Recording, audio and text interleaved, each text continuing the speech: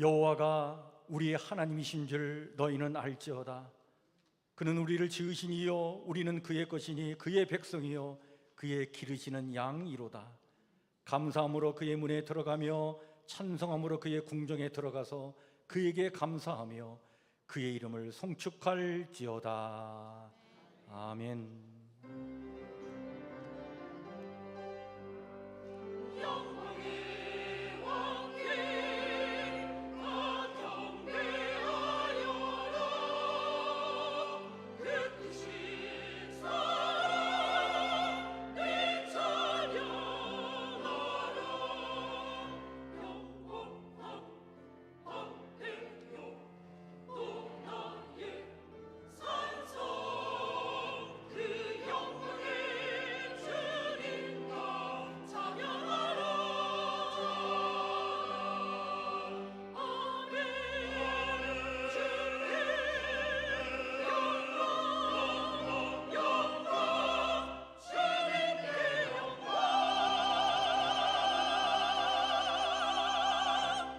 나는 전능하신 아버지 하나님 천지의 창조주를 믿습니다. 나는 그의 유일하신 아들 우리 주 예수 그리스도를 믿습니다. 그는 성령으로 잉태되어 동정녀 마리에게서 나시고 본디오 빌라도에게 고난을 받아 십자가에 못 박혀 죽으시고 장사지 사흘 만에 죽은 자 가운데서 다시 살아나셨으며 하늘에 오르시어 전능하신 아버지 하나님 우편한 데 계시다가 거기로부터 살아있는 자와 죽은 자를 심판하러 오십니다. 나는 성령을 믿으며 거룩한 공교회와 성도의 교제와 죄를 용서받는 것과 몸의 부활과 영생을 믿습니다. 아멘.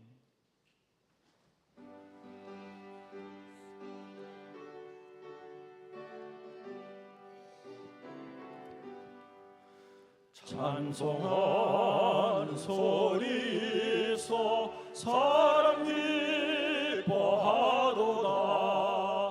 하늘 아버지의 이름 거룩하도다. 세상 사람 찬양하자.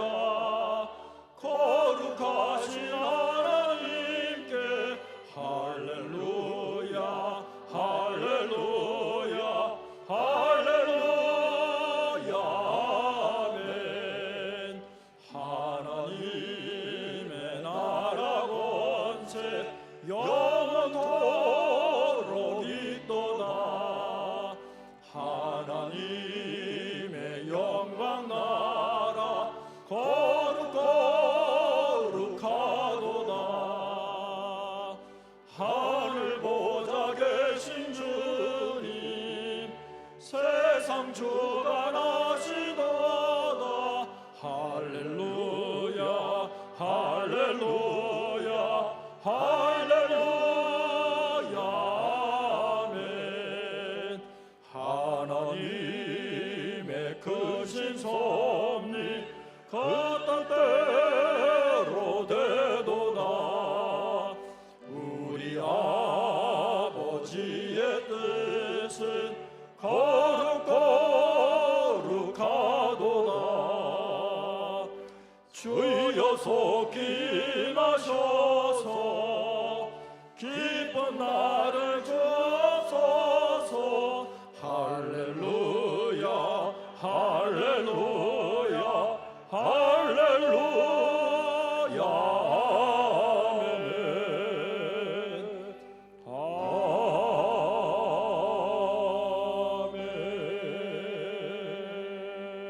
아멘. 성기로 장로님 기도 인도해 주십니다.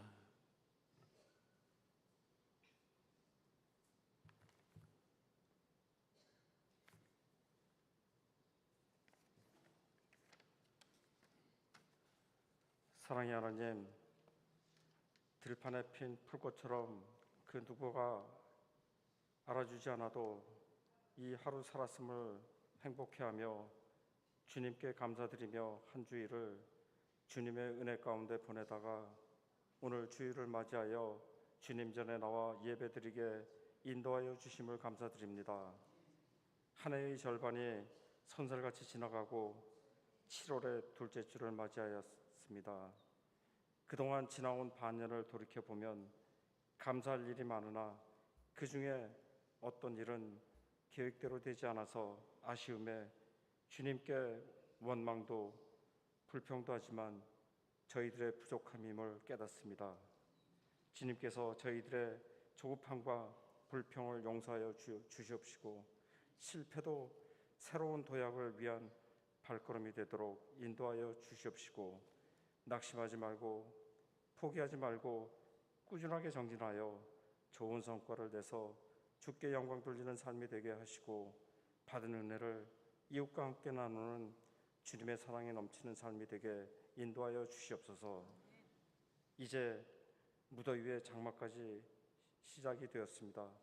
우리 성도들의 건강을 지켜주시옵시고 특히 노약자들의 건강을 잘 지켜주시어 더위로 인한 질병에 시달리지 않게 하여 주시고 이 무더위를 잘 이겨내게 인도하여 주시옵소서. 또한 여름 성경학교를 준비하는 선생님들의 건강도 지켜주시어 그들의 피와 땀이 좋은 결실을 맺을 수 있도록 인도하여 주시옵소서.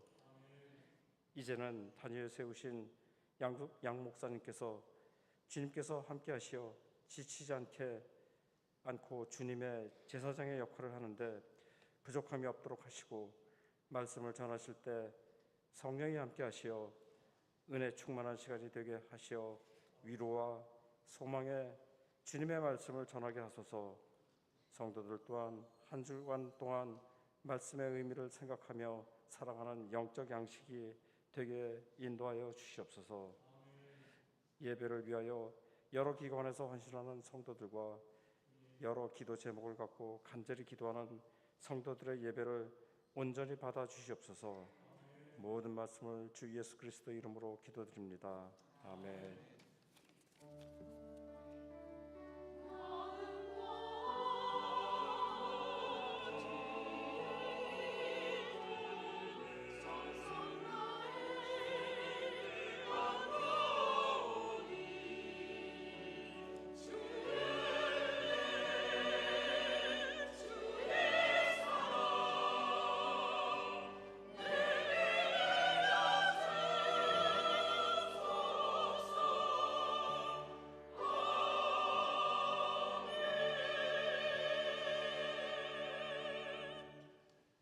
교회 소식 우리 함께 같이 나누겠습니다.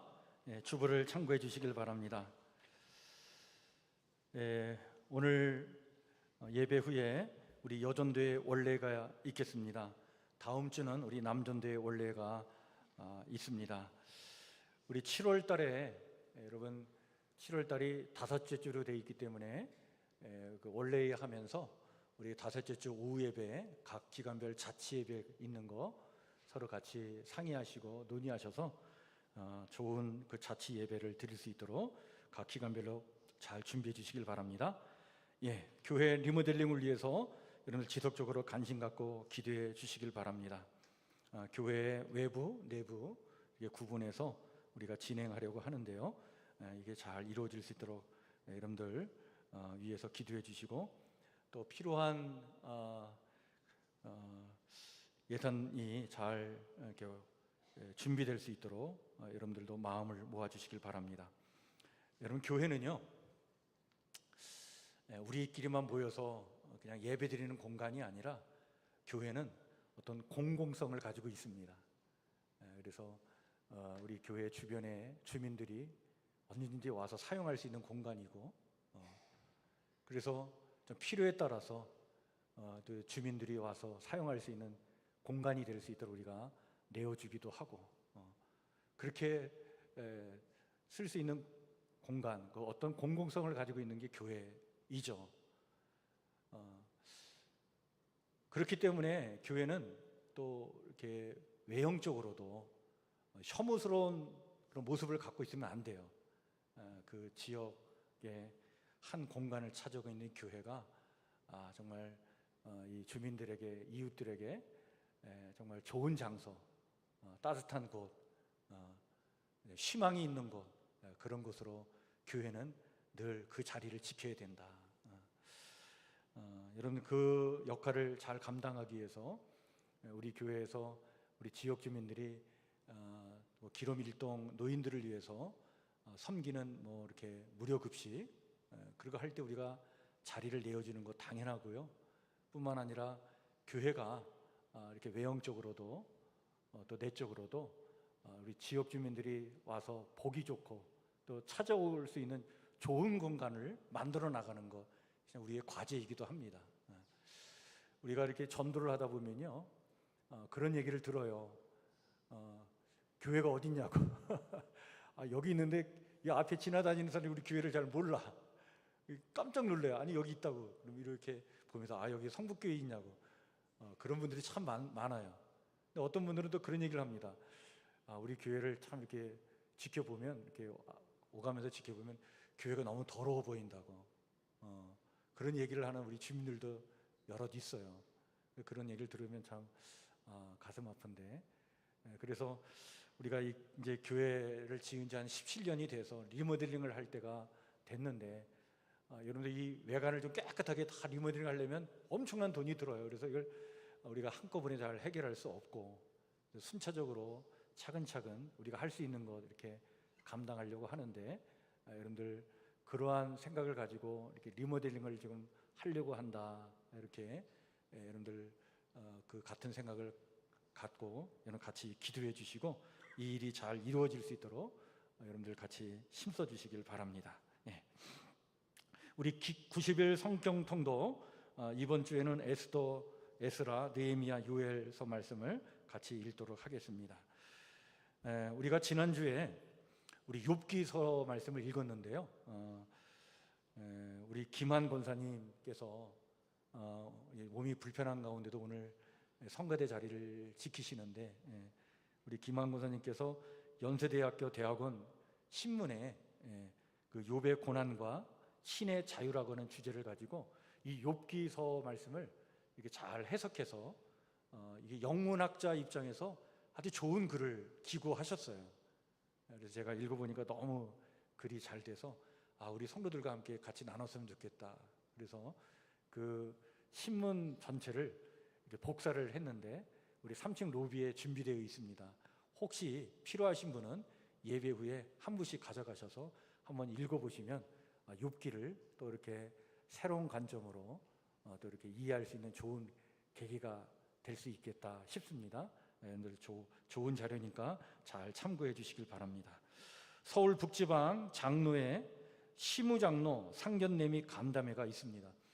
우리 서울 북지방에 46개의 교회가 있는데 장로님이 있는 교회도 있지만 장로님 없는 교회도 많지만 우리 장로님들끼리 서로 이렇게 교류가 없어요. 그래서 우리 서울 북지방 장로회에서 시무장로님들 서로 인사 나누고 교제하는 시간 좀 가졌으면 좋겠다. 그래서 오늘 오후 4시 30분에 노원교회에서 우리 장로님들 간담회가 있습니다. 아주 뭐 무거운 자리는 아니고 서로 인사 나누는 자리니까 우리 교회 시무장로님들도 꼭 이렇게 참여해 주시길 바랍니다. 기름일동 어르신들 무료 급식이 사정이 있어서 연기됐습니다. 그래서 내일 모레 화요일 날 원래 예정되어 있었는데 추후 또 날짜가 다시 결정되면 알려드리도록 그렇게 하겠습니다. 교육부서 여름 행사 안내 주보를 잘 참고해 주시고요.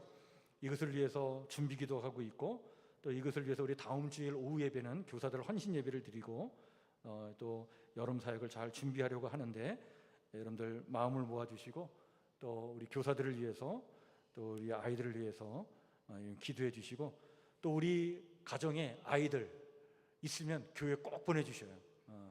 그래서 여름 성경학교 수련회 우리 자녀들이 이렇게 잘 참석할 수 있도록 여러분들이 이렇게 잘 힘을 써 주시길 바랍니다. 우리 김은교 선교사님, 우리 캄보디아에서 사역을 잘 마치셨는데 말레이시아 선교사로 이제 비자 발급을 지금 받는 그 중에 기다리는 중에 캄보디아 선교사가 안식년을 맞이해 가지고 그 자리를 대신 들어가서 오랫동안 이렇게 사역을 감당해 주셨습니다. 이제 말레이시아에 들어가서 본격적인 사역을 감당해야 되는데 이 말레이시아가 여러분 이슬람 문화권이라 참 비자 발급받기가 어려워요. 선교사에게 비자를 내주질 않아요. 그래서 어떤 비즈니스 비자나 이런 것으로 이게 들어가야 되는데, 그래서 이것을 놓고 지금 준비하는 가운데 있습니다.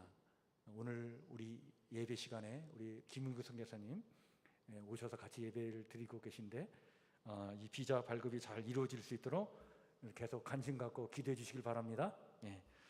우리 교회에 환우들 있는데 위에서 기도해 주시고, 특별히 아는자 권사님, 유정란 권사님, 박경희 권사님, 우리 김한 권사님, 김지자 전사님, 이용호 집사님, 강세지 집사님을 위해서 지속적으로 기도해 주시기를 바랍니다. 오늘 우리 함께 같이 나눌 하나님의 말씀, 구약성경 803쪽 욥기 42장 2절부터 6절 말씀입니다.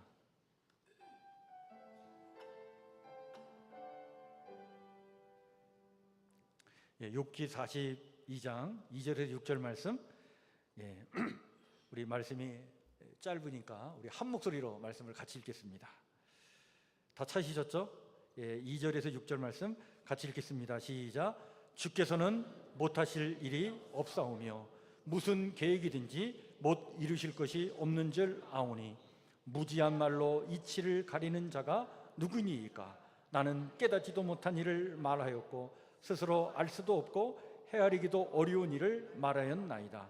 내가 말하겠사오니 주는 들으시고 내가 주께 묻겠사오니 주여 내게 알게 하옵소서. 내가 주께 대하여 귀로 듣기만 하였사오나 이제는 눈으로 주를 배움나이다. 그러므로 내가 스스로 거두어드리고 티끌과 제 가운데서 회개하나이다. 아멘.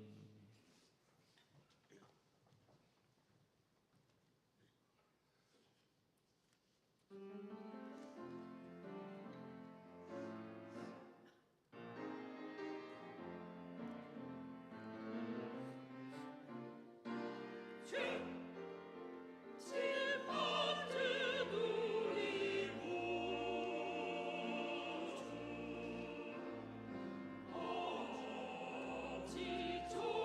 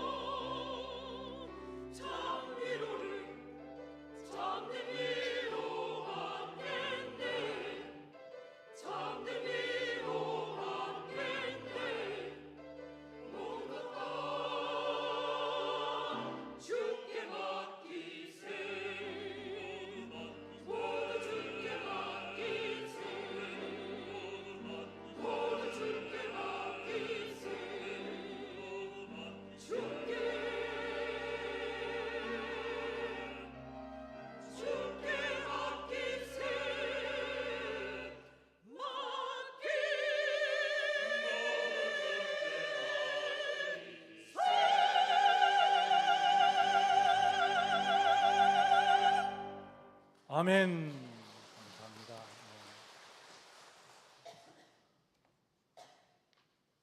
우리 지난주 성경 통독하면서 욥기 말씀을 우리가 읽었는데요.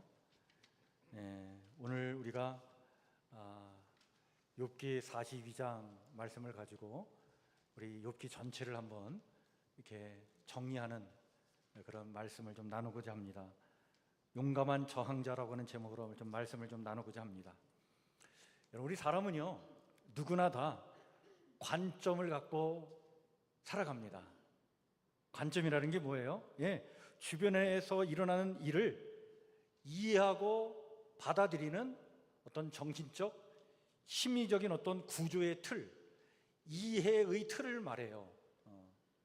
이걸 또 사고 구조라고 얘기를 하는데, 이건 매우 중요합니다. 여러분, 이런 관점을 갖고 우리는 세계를 이해하고 해석하고 자기 나름대로의 어떤 신념과 태도와 가치를 갖고 판단하며 이 땅을 살게 되어 있어요. 그런데 이런 사고 구조는 또 변하고 발달해 가죠. 그래서 어린아이의 사고와 성인의 사고는 다릅니다. 뿐만 아니라 같은 성인이라고 해도 서로의 생각이 다른 이유는 관점이 다르기 때문이기도 해요. 그리고 더 중요한 것은 많은 사람이 같은 생각, 같은 관점을 갖고 있다 하더라도 그것이 틀릴 수 있습니다. 한 사람의 생각이 무리와 다르다고 하더라도 그의 생각이 옳을 수 있어요. 역사에서 우리는 이런 일을 많이 보죠. 1543년에 폴란드의 천문학자인 코페르니쿠스는 성직자이면서 그는 천문학자였어요. 그는 태양이 지구를 돈다고 많은 사람들이 그렇게 생각을 하고 그러한 관점으로 세계를 이해하고 받아들일 때 그는 지구가 태양을 돈다고 생각을 했어요. 그래서 매우 혁명적인 이론을 발표를 합니다. 당시에는 비판을 받고 별로 관심을 받지 못했지만 훗날 그의 생각이 옳았음을 우리는 알죠. 오늘에도 그의 이름을 따서 코페르니쿠스적인 혁명이라고 말할 때 그것은 무엇인가 새로운 어떤 사고의 지평이 열리는 것을 의미합니다. 그런데 이렇게 새롭게 사고의 지평을 열어 나간다는 것은요, 여간 힘든 일이 아니에요. 왜냐하면 우리 사람들은 기본적으로 자기 생각과 다른 생각을 용납하기가 너무 힘들어요. 뭔가 사람들이 가지고 있는 어떤 관점을 벗어나서 새로운 생각의 지평을 열어나간다는 것은 미움받는 일이에요. 핍박받는 일이에요. 그래서 새로운 사고의 지평을 열 때는요, 참으로 큰 용기가 필요합니다. 그리고 기존의 그 생각의 틀을 벗어나려고 하는 아주 강한 의지와 용기, 또 저항 의식이 필요한 거예요. 이게 쉽게 되지 않습니다. 여러분, 우리는 성경을 읽을 때 신앙에 있어서 코페르니쿠스적인 혁명을 일으켜서 새로운 신앙의 지평을 연 용감한 저항자를 만나게 되는데 그 사람이 욥이에요. 욥은 순전하고 정직하여 하나님을 경외하며 악에서 떠난 자라고 하나님의 평가를 받는 사람으로 욥기에 등장을 합니다. 욥은 양이 7천, 낙타가 3천, 그리고 소가 1,000, 암나귀가 500마리 등 동방에서 제일 가는 부자였다.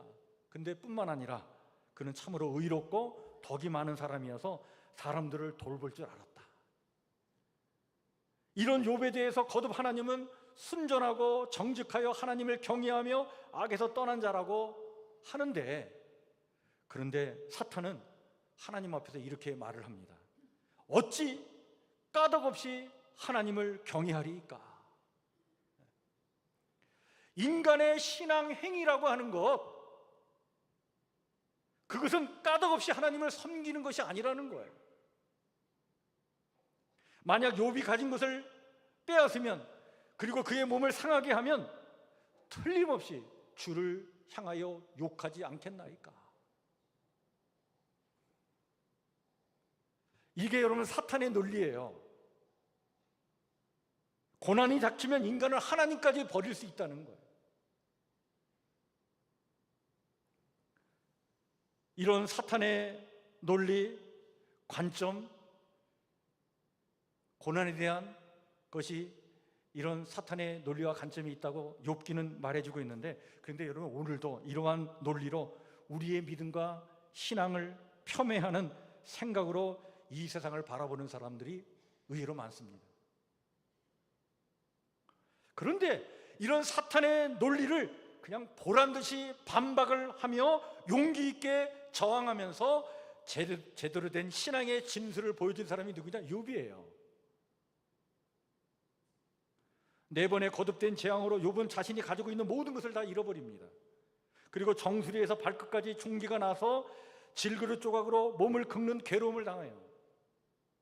그러나 이런 상황에서도 욥은 주신이도 여호와이시요 거둔 이시도 여호와이시오니 여호와의 이름이 찬송을 받으실지니이다 라고 고백을 하면서 모든 것을 잃고도 하나님을 원망하지 않는 거예요.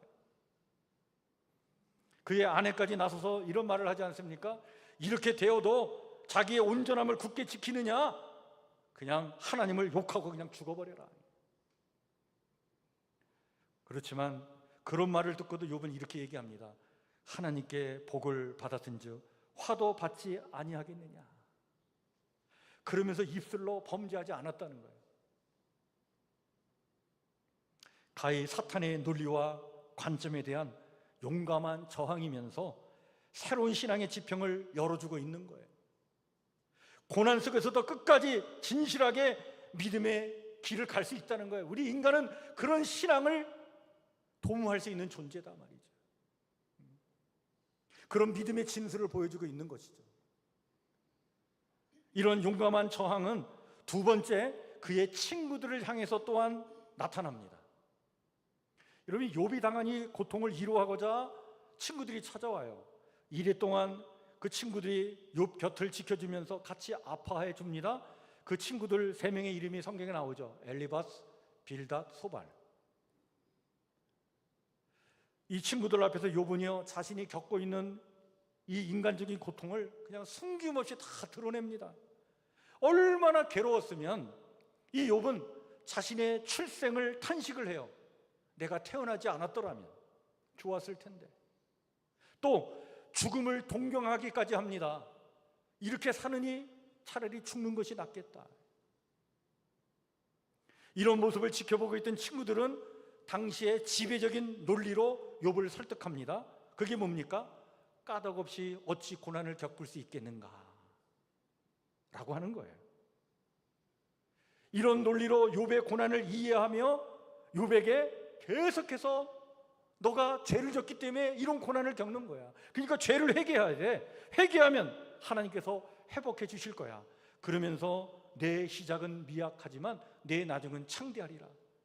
지금은 죄를 져서 이렇게 고통을 당하고 있지만 회개하면 하나님께서 다시 창대하게 해주실 것이라는 거예요. 그러니까 빨리 회개하고 돌아오라 말이죠.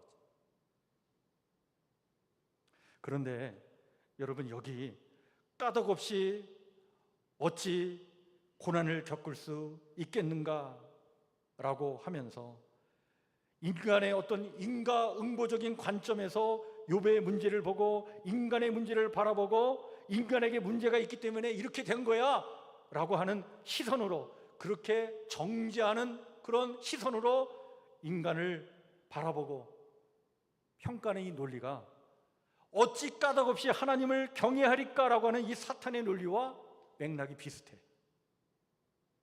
그렇지 않습니까? 아니, 같은 것이라고도 볼 수 있어요. 욥은 이 친구들의 논리 또한 반박을 합니다.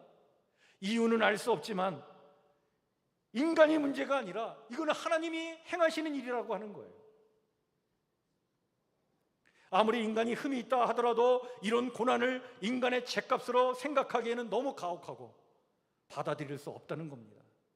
따라서 욥은 하나님의 해명을 들어야 하겠다는 거예요.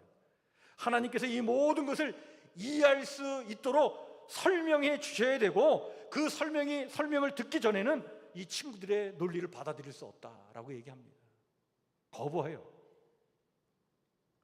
그리고 욥은 고난에 대한 새로운 자기의 관점을 제시를 하죠. 하나님이 지금 자기를 지켜보고 계시고 자기가 진실하게 살아온 것을 하나님이 알고 계신데, 하나님께서 이렇게 고난을 주신 것은 단련하신 후에 승같이 되어 나오게 하시려고 이런 고난을 내게 주시는 것이다. 이런 논리로 고난을 이해하고 있는 거예요. 고난의 원인을 인간에게서 찾으려고 하고 까닭없이 어찌 고난을 겪을 수 있겠는가라고 하는 이 논리로 사람을 정죄하려는 그 모든 논리를 반박하면서 욥은 고난에 대한 새로운 이해의 지평을 엽니다. 고난의 원인을 하나님께서 찾으려고 하는 거예요. 고난을 순금같이 단련되는 과정, 순금 같은 믿음의 사람으로 증명되는 과정으로 이해하고 있는 거예요. 하나님은 고난이라고 하는 이 도구를 사용하셔서 우리 인생을 더욱 순금 같은 존재로 빛을 내도록 하신다는 거예요. 사탄의 논리도 반박한 욥은 이렇게 인간의 인과응보적인 논리 또한 반박을 합니다. 그러나 욥의 이 용감한 저항은 여러분 여기서 끝나지 않아요. 마지막으로 욥은 자신의 생각과 자신의 관점조차도 하나님 앞에 내려놓습니다. 포기해버려요. 욥은 비록 하나님께서 이런 고난을 주셔서 결국에는 순금같이 나를 단련해 주시고 순금 같은 믿음의 사람으로 나를 증명되도록 이런 고난을 주셨지만, 이 고난을 통해서 더욱 순금 같은 존재로 빛을 발하도록 나를 이끌어 가실 것을 내가 믿지만, 그런데 왜 하필 접니까? 왜 내가 이 고난을 짊어져야 됩니까? 그렇게 의롭게 살려고 했는데 도저히 이해할 수 없는 이 고난의 문제를 하나님께서 직접 해명해 주시기를 바랬던 거예요. 하나님께서 이 모든 것을 직접 이해할 수 있도록 설명하셔야, 이게 설명이 되어야 오늘 나의 이 현실을 내가 받아들이고 살아가지 않겠느냐는 거예요.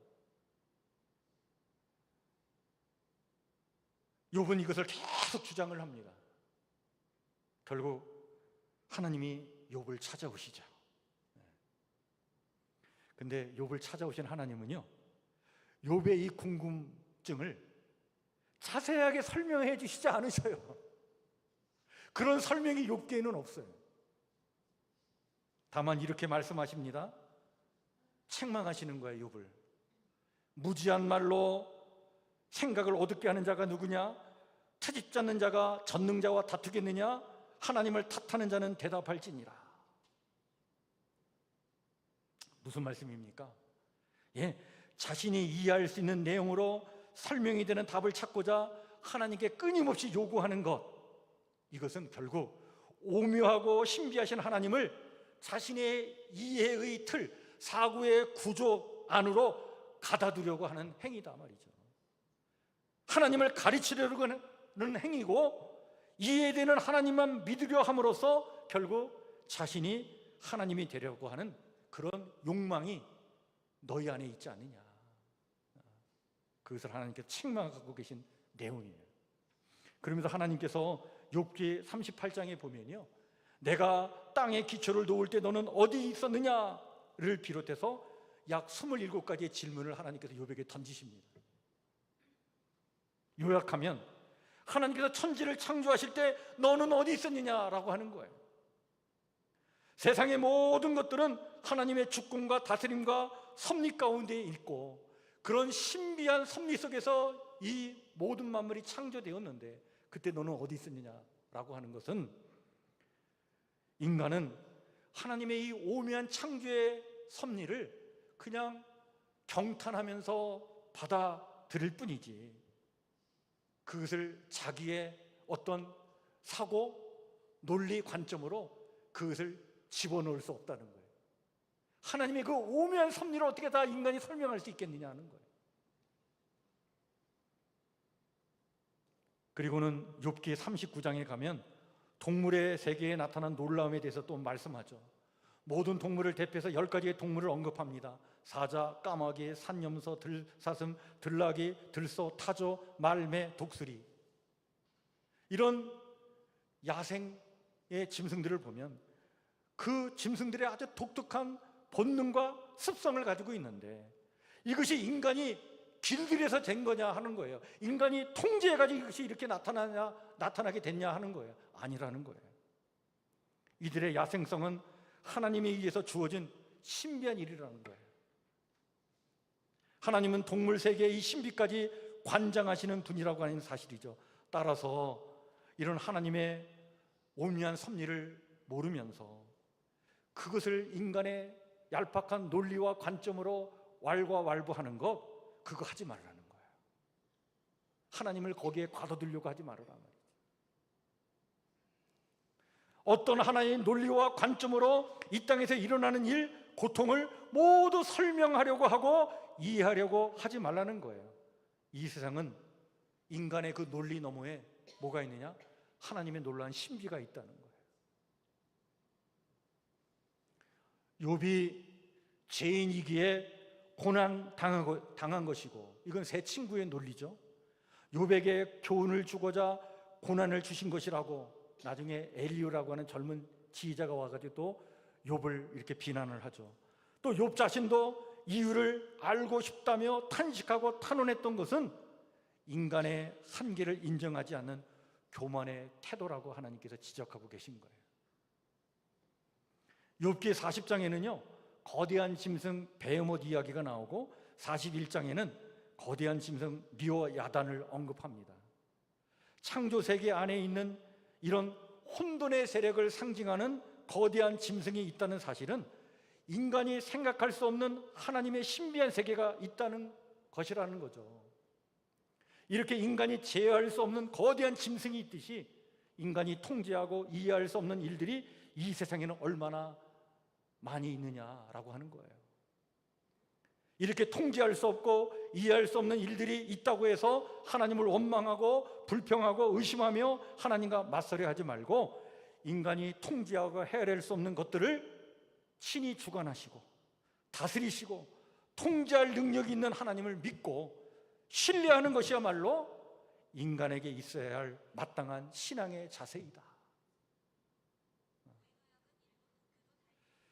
이것을 말씀하고 있는 거죠. 여러분, 이 말씀을 들은 욥은 이제 세 번째 관점을 내려놓습니다. 그건 자기의 관점이에요. 자기의 생각이에요. 하나님께서 모든 것을 설명해 주시기를, 그래서 이해되고 설명되어야 하나님을 믿고 살아갈 수 있다는 욥 자신의 논리를 내려놓습니다. 결국 여러 가지 질문을 하시면서 찾아오신 그 하나님을 만난 욥은요 자신의 태도를 포기하고 하나님의 주권을 인정해 드리며 이런 고백을 하죠. 그 고백의 내용이 오늘 우리가 읽은 욥기 42장 2절에서 6절 말씀이에요. 주께서는 못하실 일이 없사오며 무슨 계획이든지 못 이루실 것이 없는 줄 아오니 무지한 말로 이치를 가리는 자가 누구니이까? 나는 깨닫지도 못한 일을 말하였고 스스로 알 수도 없고 헤아리기도 어려운 일을 말하였나이다. 내가 죽게 대하여 귀로 듣기만 하였사오나 이제는 눈으로 주를 배움나이다. 그러므로 내가 스스로 거두어드리고 티끌과 재 가운데서 회개하나이다. 하나님을 만난 욥은 더 이상 설명할 수 없는 문제로 자신을 괴롭히지 않게 된 거예요. 본연의 모습으로 돌아갑니다. 하나님 안에서 안식하며 하나님을 향한 겸손과 신뢰로 자신의 운명을 받아들이고 있는 거예요. 여러분, 욥기가 전하고자 하는 메시지가 바로 이것입니다. 욥기는 인간의 고통에 대한 어떤 합리적인 설명을 요구하는 것에 대하여 어떤 설명을 제시하지 않아요. 오히려 당시의 신학적인 논리로 욥을 설득하려 했던 친구들을 틀렸다라고 하나님께서 말씀해 주고, 그리고 자신의 이해의 틀을 구하고 그 틀 안에 하나님을 가둬두려고 하는 욥도 책망하신 거예요.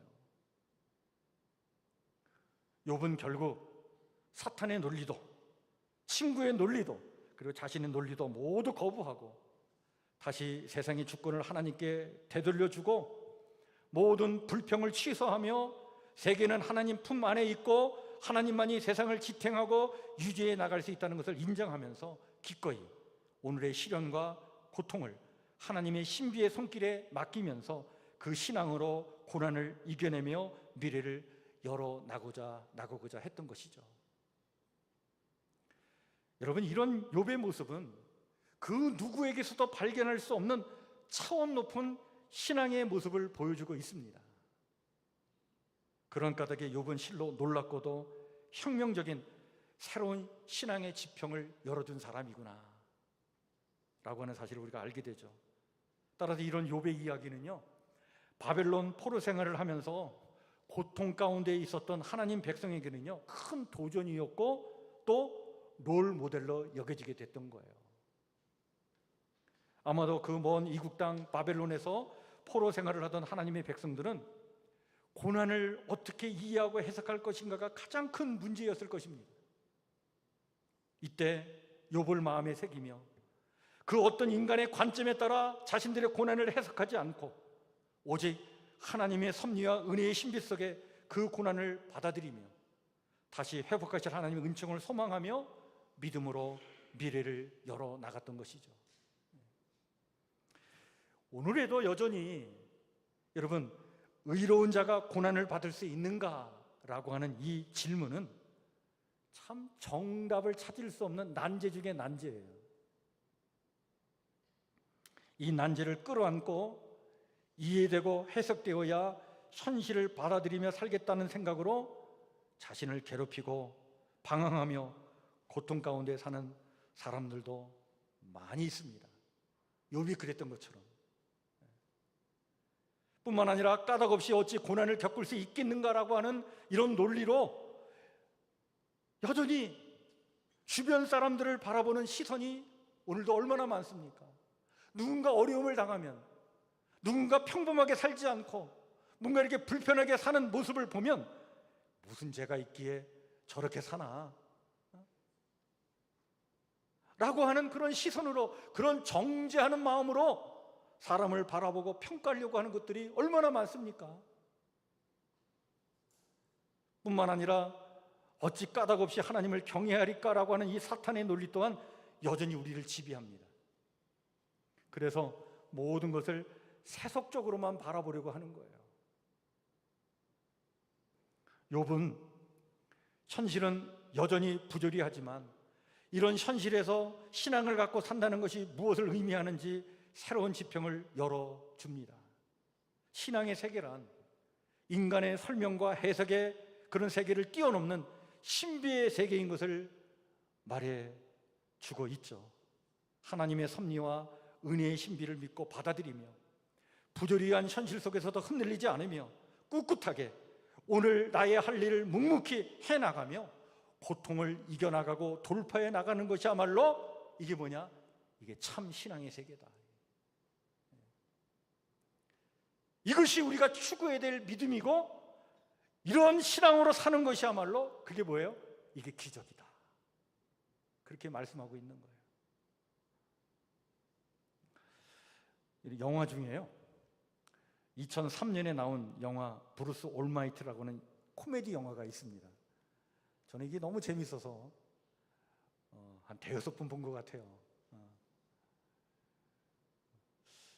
저는 이 영화를 그냥 기독교 영화라고 이렇게 평가하고 싶은데, 늘 부조리한 현실을 보면서 아주 냉소적으로 불평만 하며 살아가던 주인공 브루스에게 어느 날 하나님께서 찾아오십니다.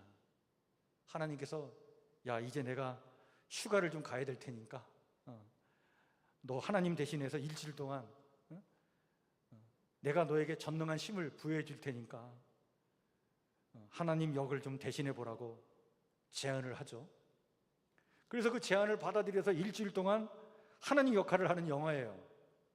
근데 일주일 동안 그는 전능한 힘을 이용해 가지고 기적을 일으켜서 세상을 그냥 새롭게 바꿔보려고 해요. 그래서 자기에게 정말 기적을 일으킬 만한 전능한 힘이 있는지 시험을 해보는데 그 음식점에 들어가 가지고 수프를 먹다가 수프를 이렇게 가운데를 가르기도 해요. 그러니까 모세의 홍해 기적을 일으켰듯이 내게도 그런 능력이 있는가 한번 테스트해 보는 거예요. 근데 수프가 딱 갈라지는 거예요. 야, 내게 능력이 있구나. 이제 자기에게 있는 이 힘을 갖고 그는 뭔가 기적을 행해서 이 세상을 좀 바꿔보겠다 하는데, 어느 날 잠을 자는데 잠을 못 자는 거예요. 왜냐하면 이 땅에 많은 사람들이 막 기도를 하는데 그 기도 소리가 다 들려오는 거예요. 잠을 청할 수가 없어. 너무 귀찮아가지고, 아유, 인간들의 기도를 그냥 다 응답하노라. 그리고 다 응답해줘요. 근데 보니까 이 복권 당첨을 놓고 기도한 사람들이 엄청 많았는데 그 40만 명이나 되는 사람이 다 1등이 된 거예요. 40만 명이나 되는 사람이 복권 당첨을 위해서 기도했는데 다 1등이 돼버린 거야. 그런데 너무나 많은 사람이 1등이 됐으니까 1등이 돼도 받은 당첨금은 17달러밖에 안 됐어요. 난리가 난 거예요. 폭동이 일어난 거예요. 또 여자친구에게 분위기 좋은 저녁을 같이 보내기 위해서 보름달이 하늘에 떴는데 그 보름달을 또 땡겨가지고 더 밝은 보름달 밑에서 그 무드 있게 저녁을 보내려고 달을 땡겨놨는데, 나중에 알고 보니까 지구 반대편에서는 엄청난 막 해일이 일어나가지고 엄청난 재난이 일어나게 된 거예요. 결국 주인공은 놀라운 사실을 깨닫죠. 뭐냐면 전능함이라고 하는 것은 단지 능력이 큰 것을 의미하는 것은 아니구나. 그러니까 이 전능함이라고 하는 이 신의 영역이구나. 인간이 아무리 능력이 많다 하더라도 신의 전능함을 대신할 수 없겠구나. 인간의 한계를 인정하죠. 그때 하나님께서 이 브루스를 찾아오십니다. 그리고 이런 소중한 말을 건네줘요. 수프를 가른 건 그건 기적이 아니야. 기적은 이런 것이야. 2가지 일로 허덕이는 미혼모가 자기 그 자식이 아이를 축구 수업에 보내려고 없는 시간을 짜내는 것, 이게 기적이야. 10대가 마약 대신에 학업에 열중하는 것, 이게 기적이야. 사람들은 기적의 능력을 갖고서도 그걸 잊고 나한테 소원을 빌지. 너는 기적을 보고 싶냐? 자네 스스로 기적을 만들어 봐. 부주의한 현실 속에서도 흔들리지 않고 자기 일을 묵묵히 실천해 나가는 것이야말로 그게 뭐예요? 그게 믿음이고 그게 기적이라고 하는 거예요. 여러분, 오늘도 이 세상에 얼마나 많은 문제가 있습니까? 환경 문제, 기후위기 문제, 또 어떤 불평등 문제, 또 인간성 상실의 문제, 마약 중독의 문제, 또 촉법소년들의 범죄율이 증가하는 문제, 이런 복잡한 문제들이 점점 더 많아지는 세상을 우리가 살고 있어요. 이런 문제들을 보면서 계속 불평과 원망을 하고 그 원인을 규명하고자 서로를 정죄하고 자신을 괴롭히며 살 것이 아니라 그 문제 너머에 구원을 베푸실 하나님의 섭리와 그 은혜의 신비가 있음을 바라보면서 부조리한 현실 속에서도 신앙인으로서 할 수 있는 일들을 포기하지 않고 용기 있게 그 부조리한 고난의 현실을 돌파해 나가는 것이야말로 그것이 기적이라고 욥은 오늘 우리에게 말해주고 있는 거예요. 그것이 참 신앙의 길이다. 욥은 후에 이뤘던 재산에 대해서 갑절의 보상을 받게 되죠. 기존의 관점에 지배받지 않고 신앙의 지평을 새롭게 열고 하나님의 섭리와 은혜의 신비를 믿고 어려운 현실을 이겨나간 욥에게 주어진 선물이라고 봐요. 우리 성북교회 성도 모두가 욥처럼 편견과 잘못된 관점 속에서도 용기 있게 끝까지 참 신앙의 길을 가는 그런 믿음의 용사들 다 되시기를 주의 이름으로 간절히 축원해 드립니다. 좀 더 성숙한 신앙의 지평의 세계로 나아가는 그런 믿음의 사람들 다 되기를 주의 이름으로 축원해 드립니다. 오늘 주신 말씀 마음에 새기면서 우리 찬송가 272장 같이 찬양 부르겠습니다.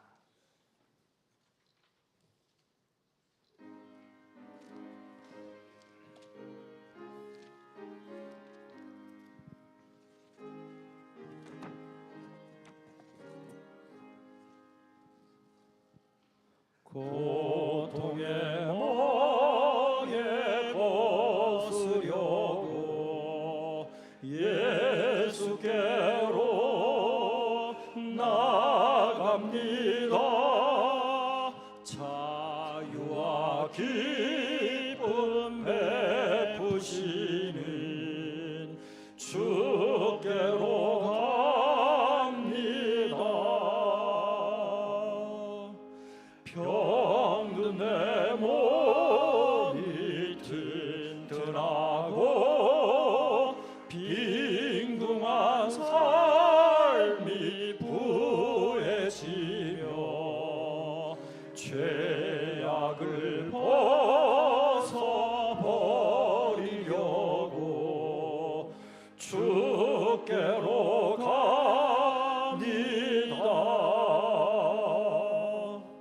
낭패와 실망 당한 뒤에 예수께로 나갑니다. 십자가 은혜 받으려고 주께로 갑니다. 실망한 마음 위로받고 이생의 풍파 잔잔하며 영광의 찬송 부르려고 주께로 갑니다. 교만한 마음을 내버리고 예수께로 나갑니다. 복되신 말씀 따르려고 주께로 갑니다. 실망한 이 몸 힘을 얻고 예수의 크신 사랑받아 하늘의 기쁨 맛보려고 주께로 갑니다. 죽음의 길을 벗어나서 예수께로 나갑니다. 영원한 집을 바라보고 주께로 갑니다. 멸망의 보구해여 나와 평화의 나라 다다라서 영광의 주를 배우려고 주께로 갑니다. 하나님 감사합니다. 장마와 무더운 이 여름 속에서도 기쁜 마음으로 일상의 삶을 살게 하시고 오늘 이 거룩한 주일에 주님 앞에 나와 마음과 뜻과 정성을 다해 예배를 드리며 또 각자의 처지와 형편에 따라 귀한 예물로 봉헌하며 예배케 주셨사오니 감사를 드립니다. 하나님, 우리네 삶이 메마른 삶이 되지 않도록 하나님께서 적절한 때에 적절한 은혜의 단비를 주셔서 참 어렵고 힘든 세상이지만 그럼에도 불구하고 하나님 주신 기쁨과 평강을 잃지 않고 이 땅을 살아가도록 도와주실 줄 믿습니다. 새롭게 맞이하는 한 주간 또한 이렇게 살아가도록 하나님 능력의 손길로 우리 사랑하는 성들의 손을 꽉 붙잡아 주셔서 아버지님 멋지게 승리의 삶을 살도록 도와주시옵소서. 오늘 주신 말씀 마음에 깊이 새기겠습니다. 여전히 산적한 문제들이 있고 그 문제들이 우리를 힘들게 하고 고통 가운데로 몰아넣는 그런 부조리한 이 현실을 우리가 살고 있지만, 그러나 그 문제 너머의 길을 준비해 주시는 오묘하시고 신비하신 하나님을 바라보게 하시고, 오늘 주신 말씀처럼 그 문제 너머에 구원을 베푸실 하나님의 그 섭리와 은혜의 신비가 있음을 바라보며 부조리한 현실 속에서도 신앙인으로서 할 수 있는 일들을 포기하지 않고 용기 있게 고난의 현실을 돌파해 나가는 믿음의 용사 되도록 하나님 우리와 함께하여 주옵소서. 욥이 새로운 믿음의 지평을 열어 나갔듯이 우리가 그런 삶을 살기를 원합니다. 아버지 하나님, 하나님을 신뢰하는 그 깊은 믿음을 가지고 모든 삶의 과제와 역경들을 이겨내며 깊은 울림이 있는 그런 삶의 흔적을 만들어 나가도록 하나님 우리 성북교회 성도들을 지켜 주시옵소서. 이 여름에 우리 교회 학교 아버지님의 여름 성경학교와 수련회를 준비하는 가운데 있습니다. 기도로 준비하게 주셨사오니 하나님 풍성한 말씀의 잔치가 이루어져 우리의 다음 세대 어린아이들도 아버지님이여 정말 하나님의 그 깊은 사랑과 은혜를 체험하고 그 믿음과 그 은혜를 가지고 저들의 미래를 용기 있게 열어나가도록 하나님 우리의 다음 세대에 축복하여 주시옵소서. 이제 맞이하는 한 주간 성령의 내주하심의 은총을 허락해 주셔서 그 성령님께서 우리 삶 가운데 부어주시는 그 생명수 강물의 은총을 공급받아 아버지님 무더운 여름 날씨에도 시원하게 살아가도록 하나님 축복하여 주옵소서. 주의 은혜를 간절히 구하오며 예수님 이름으로 기도하옵나이다. 아멘. 우리 앞에 옆에 뒤에 살피시면서 한번 인사 나누겠습니다. 사랑합니다. 축복합니다. 힘내시길 바랍니다. 감사합니다. 참 힘든 때인데 여러분 믿음을 가지고 이 무더위도 잘 이겨내시고 또 어려운 삶도 잘 돌파해 나가시는 우리 또 한 주간 되길 바랍니다. 우리 다 같이 찬송가 383장 1절은 앉아서 부르시고 2절은 일어나 찬양 부르도록 하겠습니다.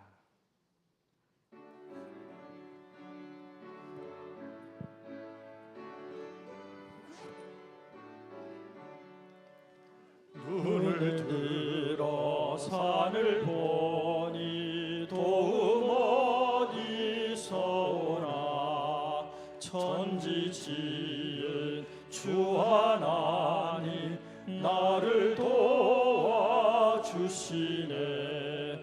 나의 발이 실족지 않게 주가 깨어 지키며 택한 백성 항상 지켜 기뻐하시네.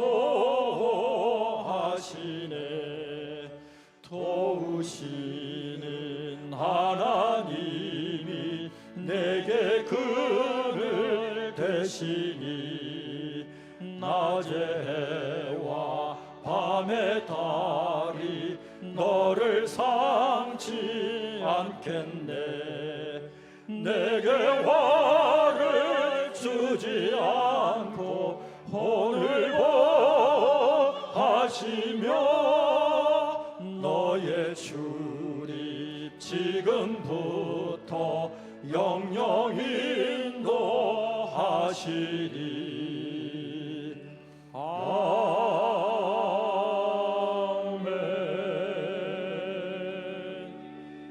이제는 우리 주 예수 그리스도의 은혜와 하나님 우리 아버지의 무한하신 사랑과 성령님의 교통하심의 은총이 오늘도 마음과 뜻과 힘과 정성을 다해 예배를 드리고 다시 삶의 자리로 나아가는 우리 성북교회 성도들 머리 위에 오직 하나님의 영에 사로잡혀 생명 넘치는 삶을 살아가기를 소망하는 믿음의 권속들 모두 위에, 그리고 이 순간에도 병상에 있는 우리 성도들과 배움의 길에서 힘을 다한 우리 학생들과 군에 있는 우리 청년들과 멀리 타지에서 내일을 위해 열심히 땀 흘리는 우리의 자녀들 위에 영원토록 함께하옵시기를 간절히 축복하며 기도하옵나이다.